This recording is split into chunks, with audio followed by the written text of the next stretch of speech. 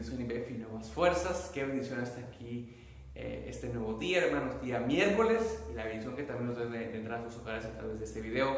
Y queremos seguir, hermanos, con estos segmentos que estamos viendo. Hemos iniciado hablando de este tema del poder de la iglesia. El versículo lema que estamos viendo es Mateo 16-18, en la parte final, hermanos, donde nos dice que ni las puertas del Hades prevalecerán contra la iglesia. Hemos visto, hermanos, de cómo la iglesia en estos días lamentablemente ha perdido ese enfoque, ha perdido lamentablemente pastores, siervos de Dios que se han desviado y han devaluado, han hecho menos el poder que tiene la iglesia.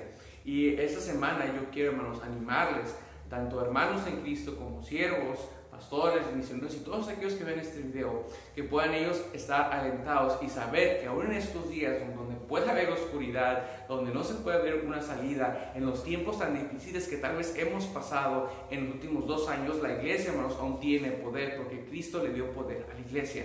Cristo le dio una promesa grande a la iglesia, y yo creo, hermanos, que podemos nosotros estar animados y fortalecidos en ello.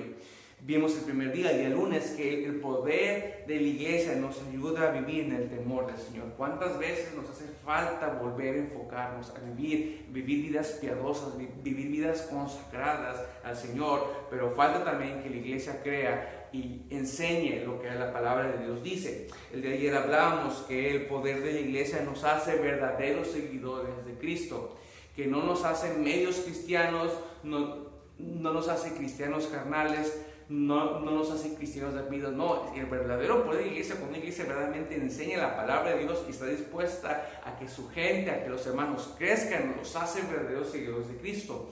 Habíamos hablado de cómo el origen de la palabra cristianos había surgido en la iglesia de Antioquía por el testimonio que estos hermanos habían dado. Al mundo no le quedó duda alguna de que eran verdaderos seguidores de Cristo, pero eso solamente lo hace el poder de una iglesia, hermanos, con el poder y la ayuda del Señor.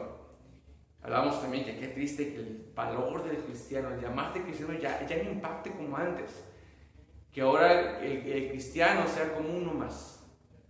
No, hermanos, volvamos a retomar y decir: yo quiero ser un cristiano verdadero, un cristiano que verdaderamente siga a su Dios. Y ahí, hermanos, en Hechos capítulo 12, por favor, acompáñenme para ver el siguiente punto de esta serie. En Hechos capítulo 12, versículo 5. Hechos 12, 5. Dice así la palabra de Dios: y habiéndole tomado preso, le puso en la cárcel, entregándole a 4 grupos de 4 soldados, cada uno para que le custodiasen, y se ponían a sacarle el pueblo después de la Pascua. Así que Pedro estaba custodiado en la cárcel, pero la iglesia hacía sin cesar oración a Dios por él. Y cuando Herodes le iba a sacar aquella misma noche, estaba Pedro durmiendo entre 2 soldados, sujeto con 2 cadenas, y los guardas delante de la puerta custodiaban la cárcel. Y aquí que se presentó un ángel del Señor, y una luz resplandeció en la cárcel, y tocando a Pedro en el costado le despertó diciendo: levántate pronto, y las cadenas se le cayeron de las manos. Le dijo el ángel: cíñete y átate las sandalias, y lo hizo así. Y le dijo: envuélvete en tu manto y sígueme. Y saliendo le seguía, pero no sabía que era verdad lo que hacía el ángel, sino que pensaba que veía una visión. Veamos aquí, hermanos, esta historia de cómo Pedro en la cárcel, pero vio una iglesia que oraba por él. Y habiéndolo puesto preso, le puso en la cárcel, entregándole a 4 grupos de soldados, cada uno para que le custodiase, y se proponían sacarle al pueblo después de la Pascua. Y vemos en el versículo 5 más que dice: pero la iglesia hacía sin cesar oración por él, aunque había esos planes para Pedro.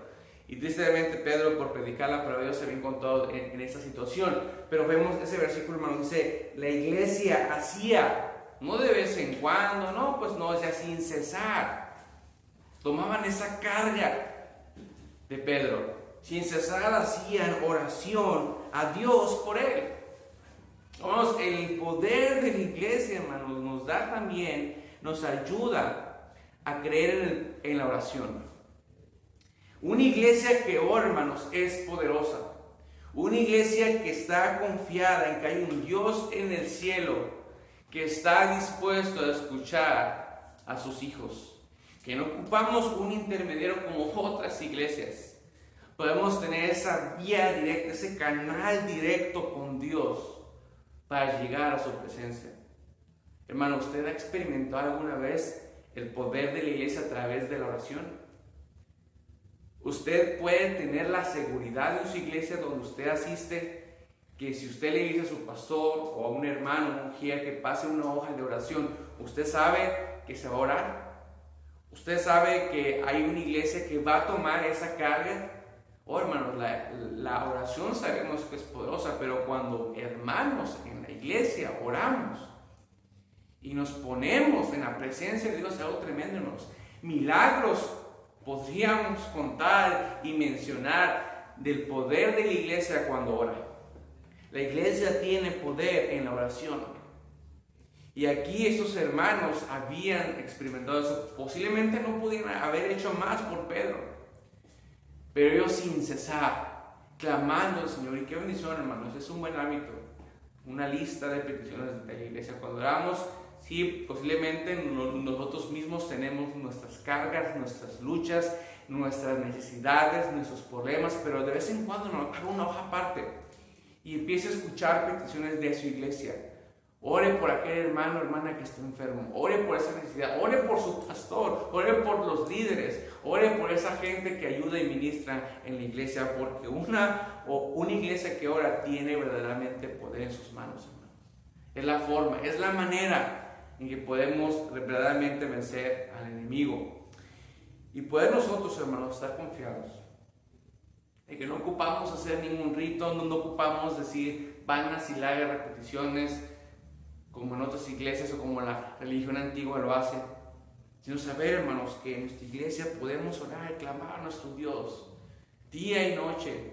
Qué bendición por esos grupos de hombres de oración, mujeres de oración, jóvenes también orando, porque sabemos que una iglesia que ora es poderosa. Qué triste y qué lamentable que iglesias ya no fomenten la oración, que sus servicios no hagan oración por otros. Que haya gente que con un dolor en su corazón pueda decir: yo no quiero que mi iglesia, yo no quiero pasar esta petición porque yo sé que mi iglesia no ora. No, hermanos, que nosotros podamos echar mano a esta herramienta poderosa. Y no le dé pena, hermanos, si usted puede compartir esa necesidad, compártela. Ahora, con el uso de la tecnología, con las redes sociales, las aplicaciones que ahora manejamos, es fácil mandar un texto: hermanos, oren por mí. ¿Cuántas veces hemos recibido un mensaje: hermano, ore por mí, hermana, ore por mí? En grupos completos de oración. Si lo usamos para otras cosas, hermanos, que nos beneficien, usemos estas herramientas de los mensajes instantáneos, las páginas que podemos usar para el bien, para poder orar unos por otros. ¿Cuántas y cuántas veces en la Biblia nos menciona, no solamente el caso de Pedro, pero cuántas veces de gente que oró, que la iglesia oremos? El poder de la iglesia también se obtiene cuando una iglesia ora. Yo espero, hermanos, que este video haya sido de bendición a su vida, y que sea así, compártelo a alguien más. Y nos vemos el día de mañana para seguir viendo el poder de la iglesia, hermanos. Que Dios les bendiga.